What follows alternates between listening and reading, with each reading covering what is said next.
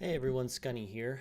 Today I'm going to be talking to you about two gaming monitors that are out on the market right now. The Asus PG248Q, which is the Republic of Gamer 24-inch version, and the Dell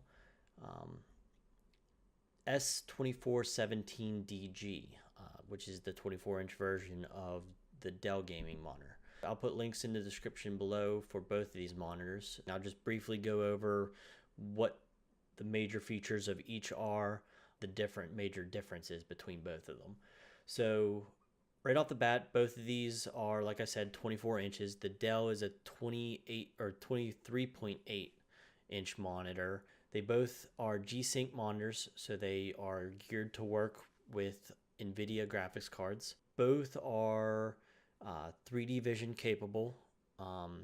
You won't see it advertised much on the Dell, but there is like a little label on it that says 3D vision. Both are TN panels, which is twisted pneumatic, I think.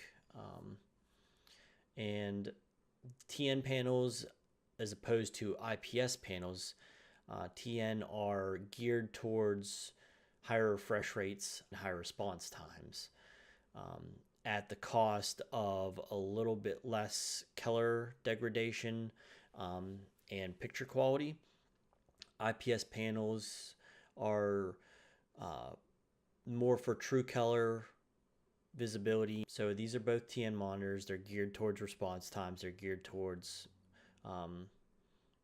higher refresh rates. Now, that being said, both of these are standard 144 hertz refresh rates. They both can be overclocked.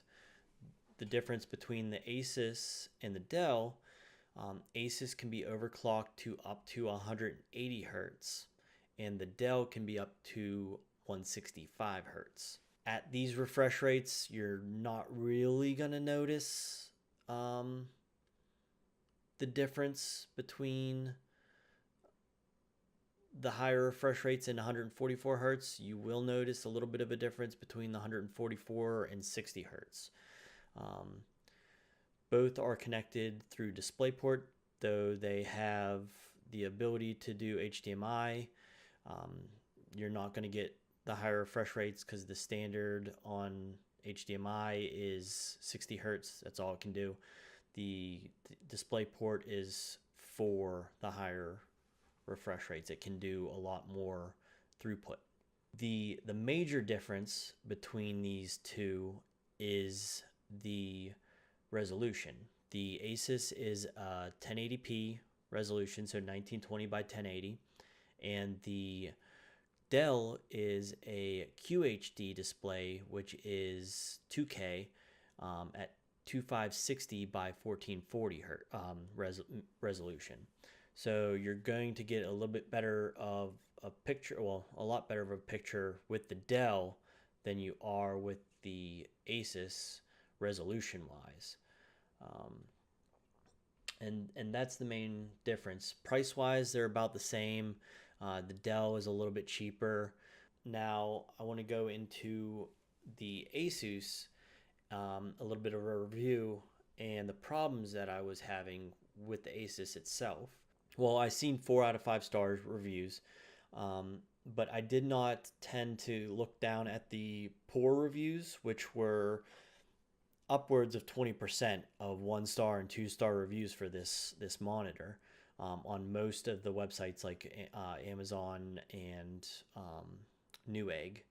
The major 3 problems that I've seen with this monitor are, first being backlight bleed, the second being dead pixels, and the third being pixel inversion. So I'll go a little bit into each one of these. The pixel inversion is the problem that I was having with this monitor, and even after returning the first monitor and getting a new one, I still had the pixel inversion problem. So to start off, backlight bleed, the first monitor I had a small bit of backlight bleed in the top left corner. It wasn't noticeable until I actually had a completely black screen. That led me to see a dead pixel near that area. And it was only one pixel, one dead pixel. So right off the bat, I had two of the problems that everybody was complaining about. Adjust the hertz on the NVIDIA control panel. And once I did that, I first started out at 144 hertz. I turned on the 144 hertz option on the NVIDIA control panel, and then all of a sudden I was seeing these faint horizontal lines, like gray lines across the screen. A lot of people, this is what the pixel inversion is. A lot of people either see the vertical or the horizontal lines, or sometimes both. That makes it look like the image on your screen has sort of a mesh to it, sort of pixelated. And this was really evident on the first monitor that I had. Now, the things I did to try to compensate for this, and from forum posts and everything like that, first thing I did was mess with the settings on the monitor and in the NVIDIA control panel itself.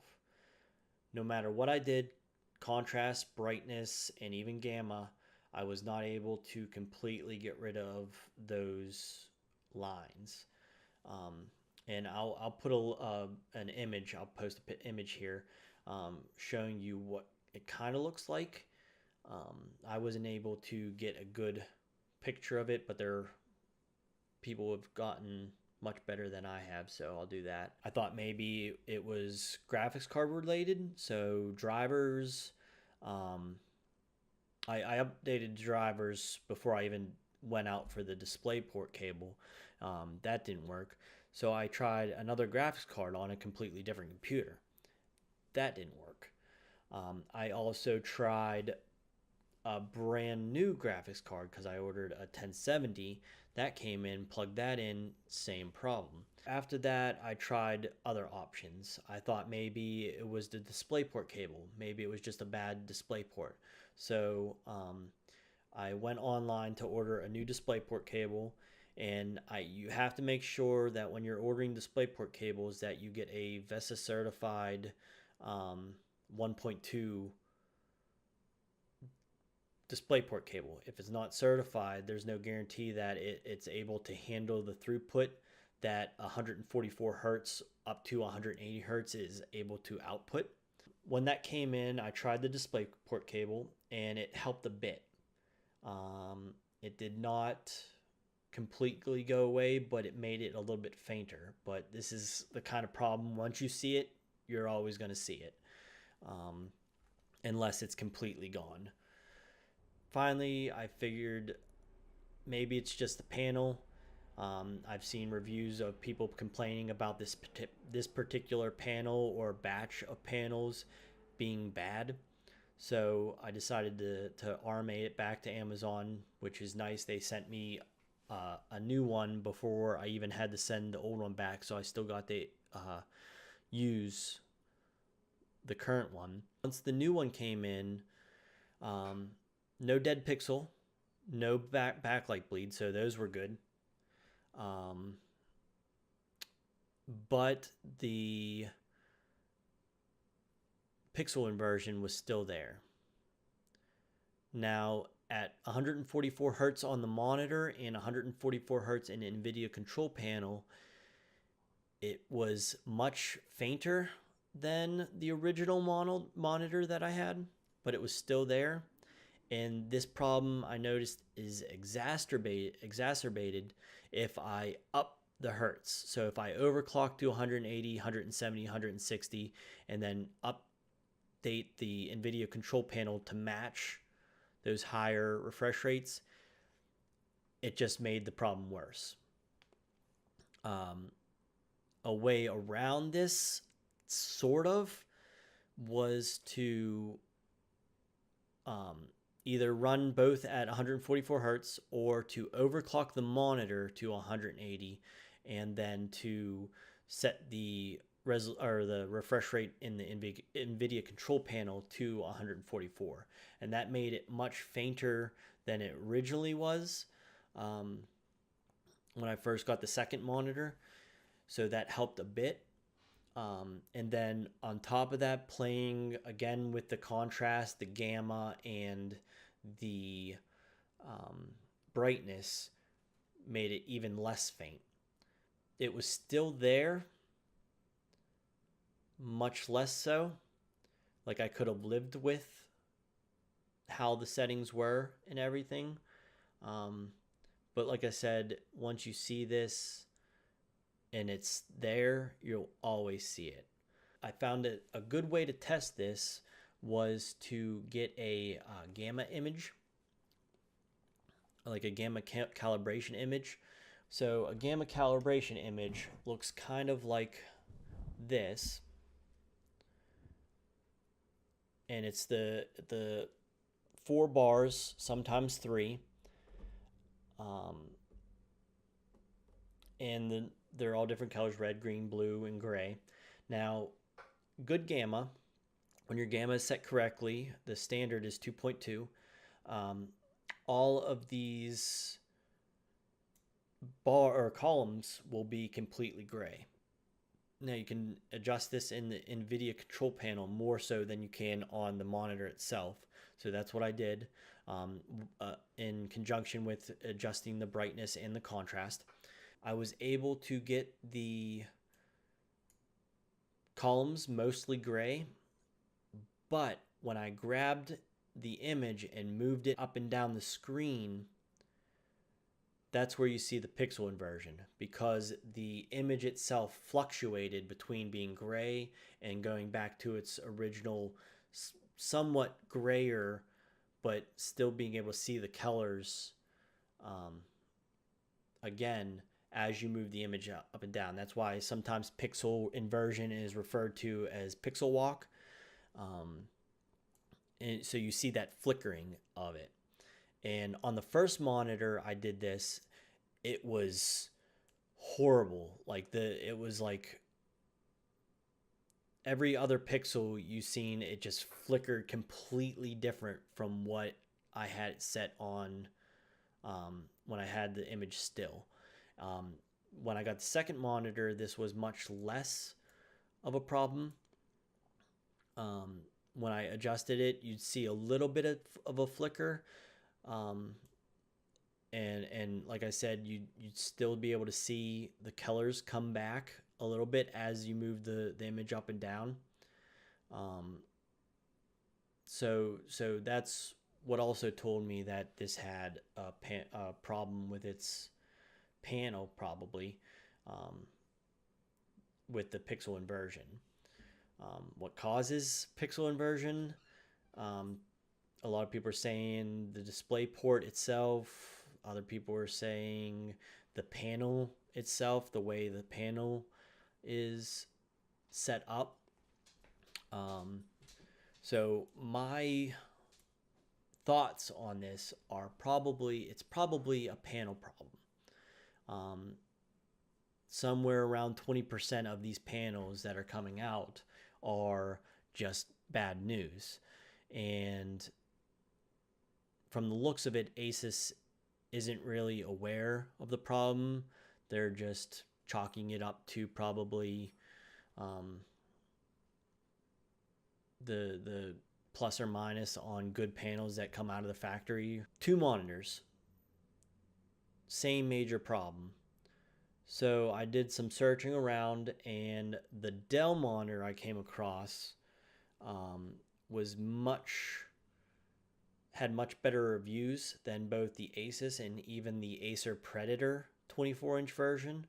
I was thinking about maybe the Acer, going with the Acer, but it had about the same reviews as the Asus.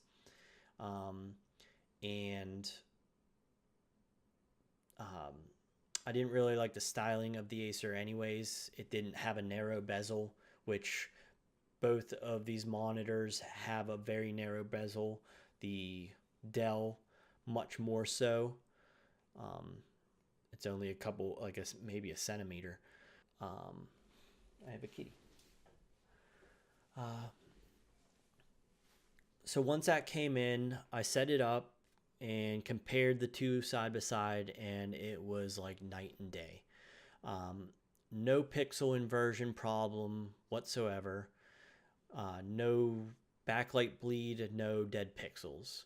I'm running it right now at 144 hertz. I have tried it at 165 hertz and have it in that 165 set on NVIDIA control panel. No problem there. Still able to run it perfectly, no pixel inversion. Now, a portion of that I would chalk up to it being a 2K display. You're definitely going to get a much nicer, crisper image on the Dell than you are the Asus, just because of that 2K. Just the color reproduction of this Dell as opposed to the Asus, I haven't even had to try or change any settings on the Dell. Not the brightness, not the contrast, not the gamma, anything. And the picture looks crisp, nice and bright, vibrant.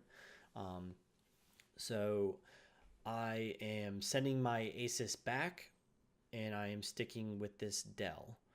Now that's just my opinion. People out there have gotten the Asus and loved it, had no problems with it, don't have the pixel inversion problem or anything. So I'm going to chalk it up to the lottery on buying the Asus, and maybe I just lucked out with the Dell.